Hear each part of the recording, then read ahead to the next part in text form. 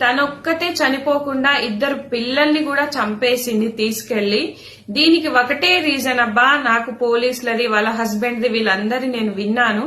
ఏంటి అంటే రీజను, వీళ్ళ హస్బెండ్ పెళ్లికి ముందు నుంచే దుబాయ్ లో వర్క్ చేస్తాడంట.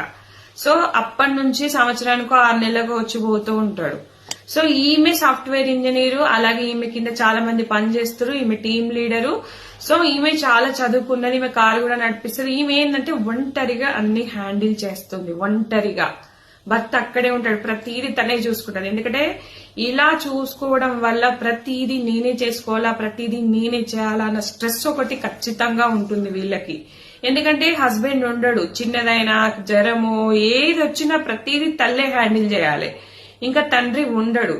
సో ఈమె ఈ స్ట్రెస్ భరించలేక నా వల్ల కాదు, నా భర్త అక్కడే ఉంటాడు ఇంకా, సో నేను లేకపోతే ఈ పిల్లలు అనాథలు అయిపోతారని చెప్పేసి చేసిందేమో అనిపిస్తుంది. మీకేమైనా అనిపిస్తే ఖచ్చితంగా కామెంట్ చేయండి.